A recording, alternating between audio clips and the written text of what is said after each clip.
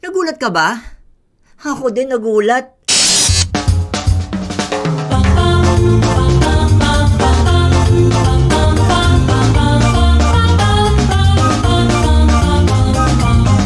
Hello mga friendship and magandang araw sa inyong lahat. Meron lang akong ikukwento sa inyong kakaiba. Ang istoryang ito ay kadalasang pinaniniwalaan ng ilan, ngunit ang iba naman ay hindi pa katanggap-tanggap sa modernong lipunan. Excited na ba kayo? Ako kasi nung unang beses ko na narinig ang kwentong ito ay hindi rin ako makapaniwala. Ang maganda dito sa dulo ng video na ito ay may sorpresa ako para sa inyo. Kung handa na kayo, lights, camera, action! Nagsimula ito noong humigit kumulang na 15 taon bago may manirahan sa condo apartment na pagmamay-ari ng tita ng live-in partner ko.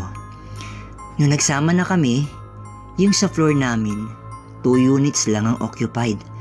Noong una, nagtataka ako bakit walang mga nakatira sa ibang unit o bakit hindi pinapaupahan. Unang tanong pa ng partner ko ay, hindi ka naman matatakotin, di ba? Mahilig ka pa nga sa horror?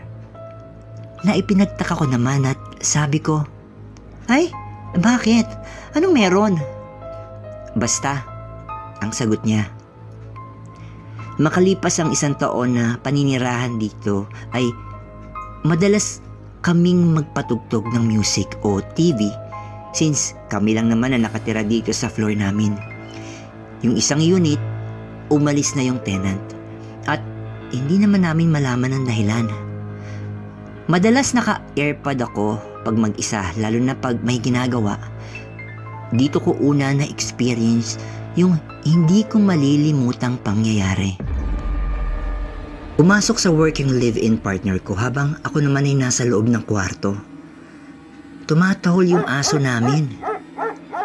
So, pinuntahan ko kung ano yung tinatahulan niya. Yung pinto mismo, yung may peephole. Sinilip ko, wala naman tao o kahit ano. Eh di ako, deadma lang. Nalobat yung AirPod so nagpatugtog na lang muna ako sa speaker ng phone. Bilin kasi sa akin ng tita ng live-in partner ko, magpatugtog lang daw ako sa kondo para hindi daw ako matakot. Biglang may boses ng parang batang naglalaro sa hallway. So, ako naman sinilip ko sa peephole. Wala naman akong makikitang bata pero rinig ko yung boses niya. Nagchat ako sa asawa ko. Masaya ko pang sinabi na, Han, may kapitbahay na ata tayo. Sabi niya, wala. Chinik niya sa guard sa lobby. Nagpaakyat pa siya ng guard sa unit namin. Yung nagro-ronda ng guard, chinek yung mga units kung baka may mga taga-ibang floor na naglalaro sa floor namin. Sabi niya, wala naman daw. Pero, pansin ko namumutla na si Kuya Guard. Makalipas ang ilang araw, na-curious ako. Kasi yung aso namin laging wala pa rin tigil sa pagkahol sa may pinto. So hindi ako nagpatugtog at pinakinggan ko kung may tao ba talaga sa floor namin. Narinig ko may nagbabalibag ng pinto. Sa inis ko, nilabas ko at sabi ko, sino yan? Sinilip ko lahat ng unit at walang tao. Dali-dali akong bumalik sa loob ng kondo at nagsabi ulit ako sa asawa ko. Sabi niya na baka daw guni-guni ko lang. Nainis ako. Sabi ko next time, i-video ko para maniwala ka. Dumating na ang hindi inaasahang pangyayari. One time, nasa sala ako. Naririnig ko may batang patakbo-takbot tapos pinipilit buksan yung pinto namin. Sinilip ko pa sa peephole. Wala naman. Hindi pa ako nakakaliyo sa pinto. Umikot yung handle ng pinto. Sinilip ko agad. Walang bata.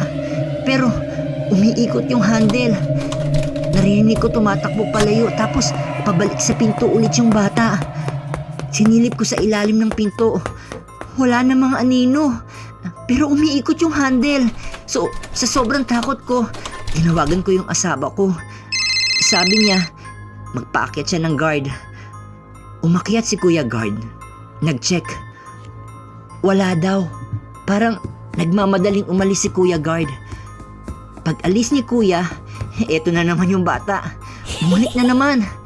This time, naririnig ko na yung nanay. Sumisigaw siya sa anak niya. Nag-video na ako para ipakita ko sa asawa ko. Rinig ko pa yung pagbalibag sa pinto. Kinagabihan nun, madaling araw na.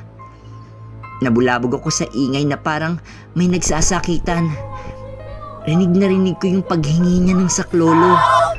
Pumunta agad ako sa pinto para mag-video at isinin sa lobby para malaman nila at puntahan ng rumurondang gwardya. Kumatok si Kuya Guard sa akin at sabi, "Ma'am, pasensya na po kayo. Ngayon po kasi yung araw na may pinatay pong mag-ina dyan sa kabilang unit. Huwag na lang po kayong maingay na sa akin nyo po narinig kasi po mahigpit na ipinagbabawal ng admin na sabihin namin ang tungkol dito. Magpatugtog na lang po kayo, ma'am, para makatulog po kayo."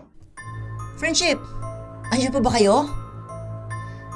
Kayo ba'y natuwa, nagulat, natakot sa video natin for today?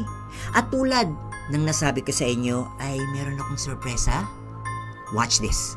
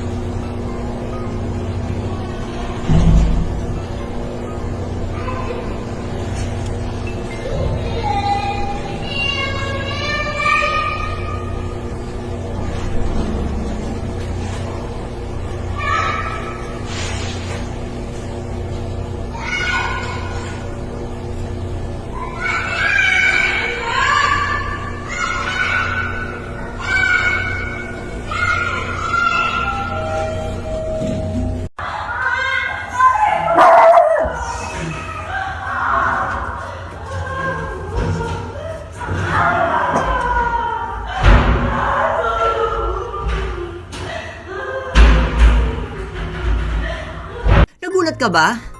Ako din nagulat. I hope nagustuhan niyo ang kwento natin for today. At huwag kalimutan mag-like, share, click the notification bell para lagi kang updated sa ating channel. Ito nga pala si Dia, ang inyong pambansang friendship na laging may bagong kwento kada dia. Bye!